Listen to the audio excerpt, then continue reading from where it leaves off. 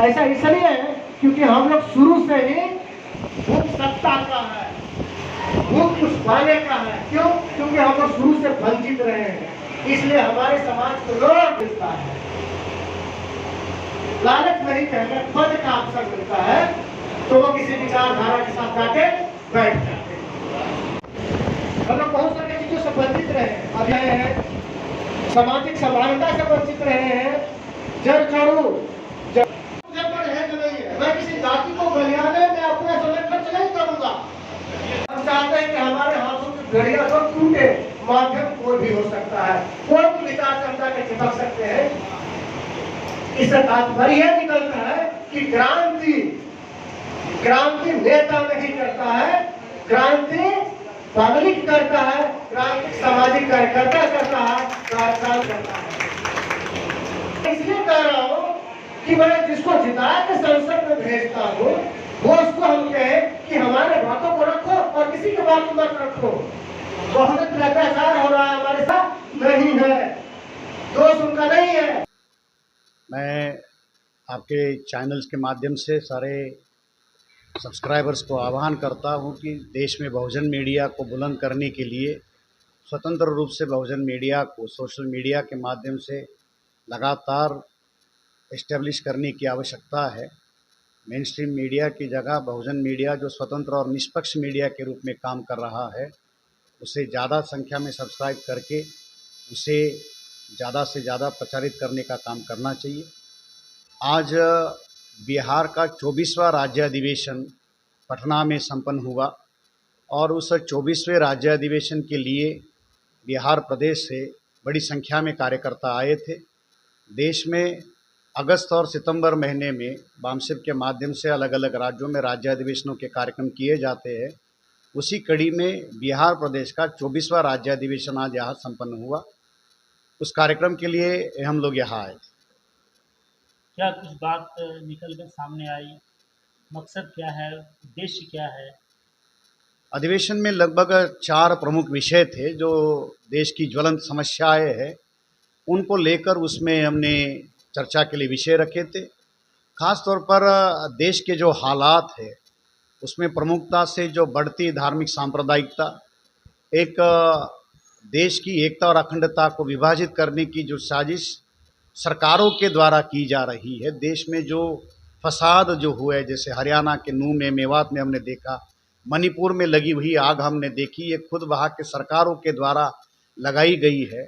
तो आज इस देश के एकता और अखंडता को खुद सरकार के द्वारा ही खतरे में डाला जा रहा है।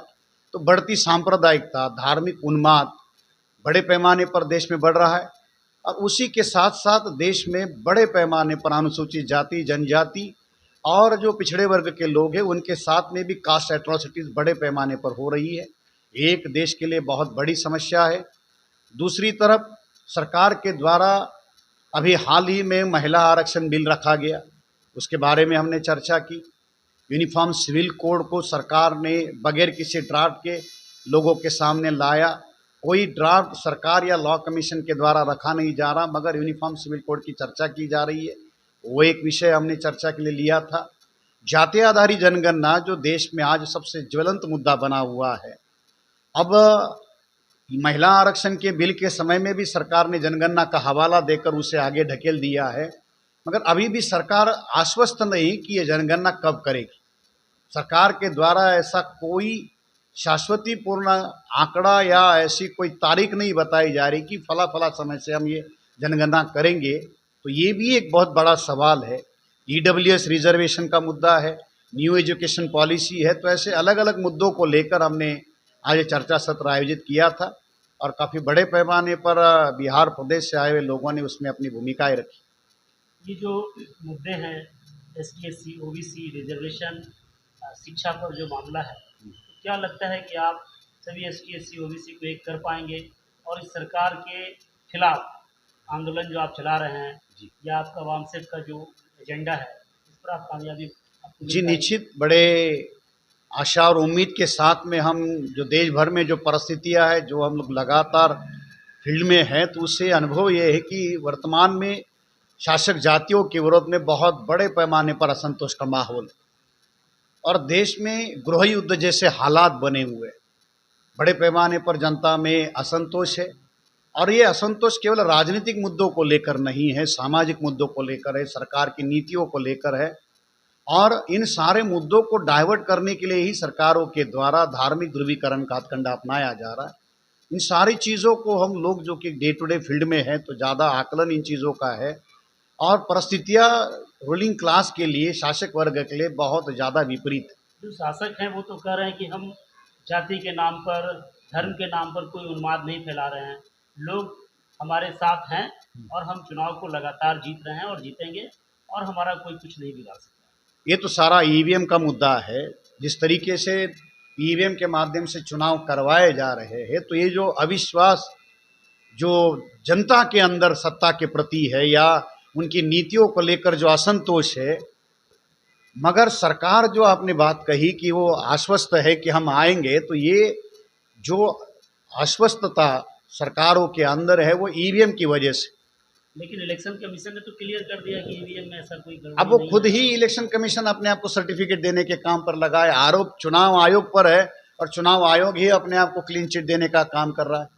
सुप्रीम कोर्ट में ऐसे बहुत सारे मामले गए हैं। क्या आप इस महंगाई के मुद्दे, एजुकेशन के मुद्दे, जाति उन्माद के मुद्दे, मंदिर मस्जिद के मुद्दे, लू का मामला, मणिपुर का मामला, इन सभी मुद्दों को लेकर आप जनता की बीच उतरने वाले हैं जी, 24 के चुनाव में?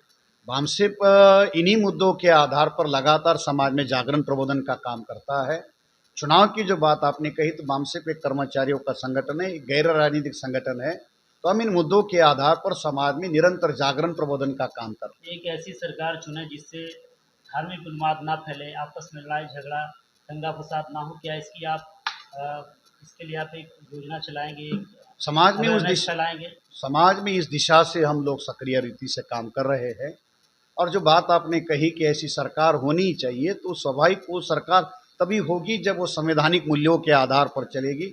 और इस देश में बहुजन विचारधारा के आधार पर जब तक शासन नहीं बनता तब तक ये चीज़ें रुकने का कोई कारण नहीं। मैं कमलाकांत काले बामसेप का एक कार्यकर्ता हूँ, पूर्वी चंपारण जिले से आया हूँ और हम लोग रात दिन इस मिशन में लगे हुए हैं। हमारा उद्देश्य हमारे जो बहुजन समाज के जो हमारे पूर्वज रहे हैं उनके विचारधारा को गांव-गांव तक पहुंचाना हमारा मुख्य उद्देश्य है।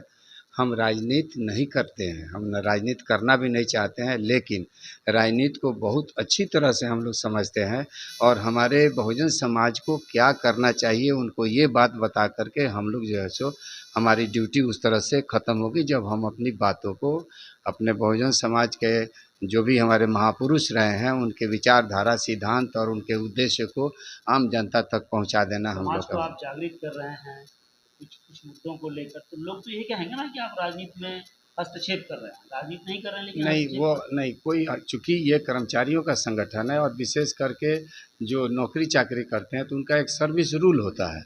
तो हम लोग जब राजनीति करने लगेंगे तो वो जो है सो डिस्टर्ब हो जाएगा ना सब कुछ, फिर मिशन जो है सो नहीं रहता है। अब बहुत सारे जो है सो लोग जो पूर्व में जो काम हुए बामसेप, जिन्होंने अपने मिशन को अपने पर्सनल एम्बिशन में राजनीति में बात, इसलिए हमारा मिशन जो है सो थोड़ा रुक करके जो है सो रहता रहा, काम करता रहा है और बहुत सारे घड़े भी हुए इसके कारण थे। लेकिन सही मानों में जो सही जो काम करेगा निश्चित रूप से वो आगे बढ़ जाएगा। चलिए बहुत